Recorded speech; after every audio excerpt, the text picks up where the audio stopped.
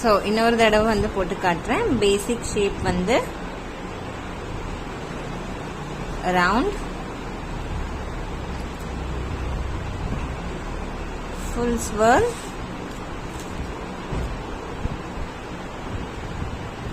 half swirl, swirl with dot, round with dot.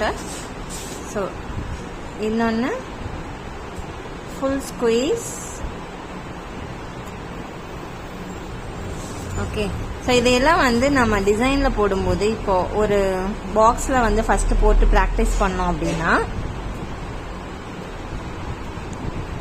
இப்போ இந்த பாக்ஸில் நான் ரவுண்டு ஃபில் பண்ணுறோம்னா நமக்கு எப்படி வேணால் டிசைனில் வந்து ஒரு இடத்துல எந்த ஷேப்பில் வேணால் அதை ஃபில் பண்ண வேண்டி வரும். ஓகேவா? ஸோ ஒரு சிம்பிள் எக்ஸாம்பிளுக்காக இப்போ நான் ஒரு இடத்துல பாக்ஸில் ஃபில் பண்ணுறேன் அப்படின்னா, இப்படி நான் ரவுண்ட் போடுறேன் அப்படின்னா ஃபஸ்ட்டு ரவுண்ட் போட்டு போகிறோம்.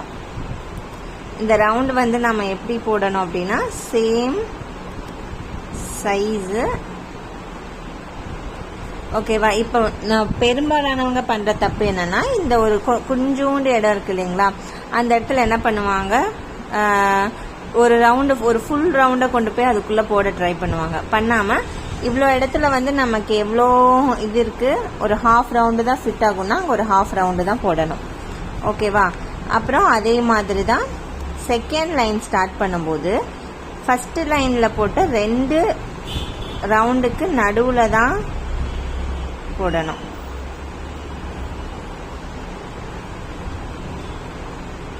ஒரே சைஸில் போட்டிங்கன்னா கரெக்டாக எல்லாமே வந்து அதே மாதிரியே ரவுண்டுக்கு நடுவில் வரும்.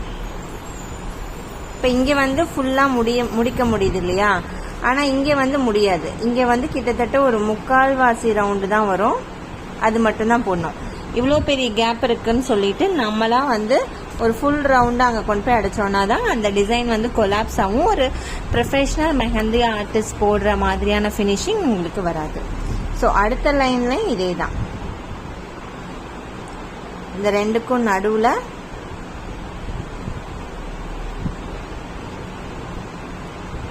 நம்ம ஃபில் பண்ணிட்டு போகலாம்.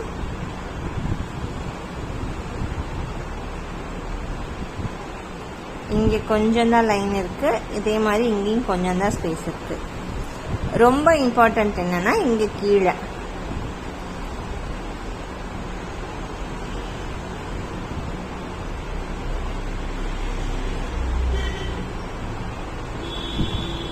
இங்கே இடத்துல ஃபுல் ரவுண்டு வரலனாலும் கீழே வரலனாலும் நம்ம அப்படியே விட்டுறணும். ஸோ இந்த ஃபினிஷிங் பாருங்க. இதே வந்துட்டு இங்கே ஒரு பாக்ஸில் நம்ம ஃபில் பண்ணோம் அப்படின்னா இப்படி போட்டுட்டு போகிறது வந்து எப்படி இருக்கு,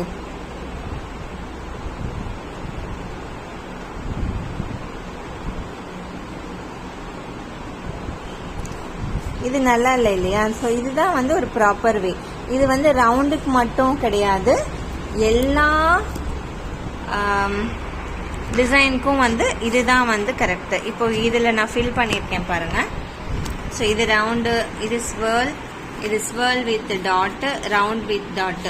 ஸோ இந்த எட்ஜஸ் வந்து நாம் எப்படி ஃபில் பண்ணியிருக்கோம், அங்கே எவ்வளோ கேப் வருதோ அந்த கேப்க்கு தகுந்த மாதிரி மட்டும்தான் இந்த எட்ஜஸ் பாருங்க.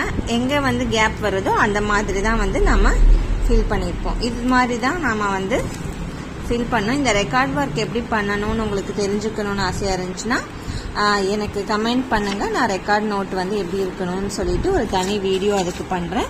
நீங்கள் இப்படி கற்றுக்கிட்டாலும் ப்ரொஃபஷ்னலாக கற்றுக்கிட்டவங்க மாதிரியே உங்களால் ஒரு ரெக்கார்ட் மெயின்டைன் பண்ண முடிஞ்சுது அப்படின்னா உங்களுக்கும் ஒரு சாட்டிஸ்ஃபேக்ஷனாக இருக்கும். அதே சேம் டைம் ஃப்யூச்சரில் ஏதாவது டவுட்னா உங்களுக்கு ரிவைஸ் பண்ணிக்கவும் ஈஸியாக இருக்கும்.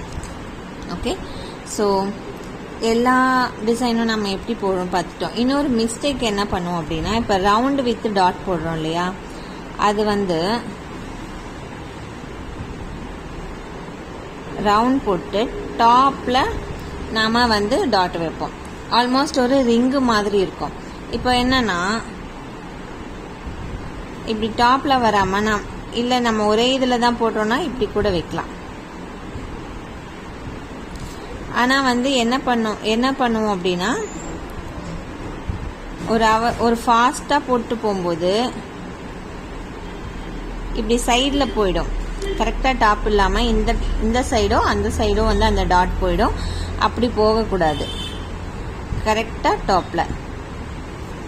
ஓகே, உங்களுக்கு ஒரே இதில் பண்ண வரல அப்படின்னா ஃபஸ்ட்டு ஒரு ரவுண்ட் போட்டு அதுக்கப்புறம் டாப்பில் இந்த மாதிரி வந்து இது பண்ணோம். ஸோ இது வந்து காமன் மிஸ்டேக்கு நம்ம வந்து ரவுண்ட் வித் டாட்டில் பண்ணுறது. அண்டு இந்த ஷேப்ஸ் தான் வந்து நம்ம பெரும்பாலும் ஃபில் பண்ணுவோம். அடுத்ததாக வந்து அதை வந்து ஒரு பிளேஸில் ஃபில் பண்ணோம், ஒரு டிசைனில் ஒரு இடத்துல நம்ம கொண்டு போகணும் அப்படின்னா இந்த மாதிரி தான். இந்த சைடில் அந்த எப்படி 2 டிசைனுக்கு நடுவில் நம்ம ப்ராப்பராக ஆரம்பிக்கிறோம் அதெல்லாம் இருக்குது. அதே மாதிரி இந்த டாட் வைக்கும்போது நம்ம பண்ணுற மிஸ்டேக்ஸும் இது பண்ணிக்கணும். எப்பயுமே டாட் வந்து ஒரு இடத்துல வச்சு இப்படி புழிஞ்சோன்னாவே போதும். ஓகே, இப்படி வச்சு இப்படிலாம் பண்ண வேண்டியதில்லை. ஸோ நீங்கள் இந்த ரவுண்ட் வித் டாட் இது பண்ணும்போது இதையும் நீங்கள் இது பண்ணிக்கலாம். இது ரொம்ப ஈஸி. ஒன்ஸ் இதை பண்ணிட்டீங்கன்னா உங்களுக்கு ரொம்ப இன்ட்ரெஸ்டிங்காக இருக்கும். அதாவது இப்படி ரவுண்டு வச்சு பழகிட்டீங்க அப்படின்னா இதை ஜஸ்ட் நீங்கள் இப்படி பண்ணிங்கனாவே ஒரு லீஃப் ஷேப் வந்துடும். ஓகே, ஸோ அதனால் ஃபஸ்ட்டு வந்து டாட் வச்சு பழகுங்க. ரவுண்டு போடும்போதே டாட் வச்சு டாட் வித் ரவுண்ட் இருக்கு இல்லையா, அதை வந்து ப்ராப்பராக பண்ணி பழகுங்க. உங்களுக்கு ஏதாவது ஒரு டவுட் இருந்தால் எனக்கு கமெண்ட் பண்ணுங்கள். நிச்சயமாக நான் ஆன்சர் பண்ணுறேன். மறக்காமல் சப்ஸ்கிரைப் பண்ணிக்கோங்க இந்த வீடியோ உங்களுக்கு யூஸ்ஃபுல்லாக இருந்தால்.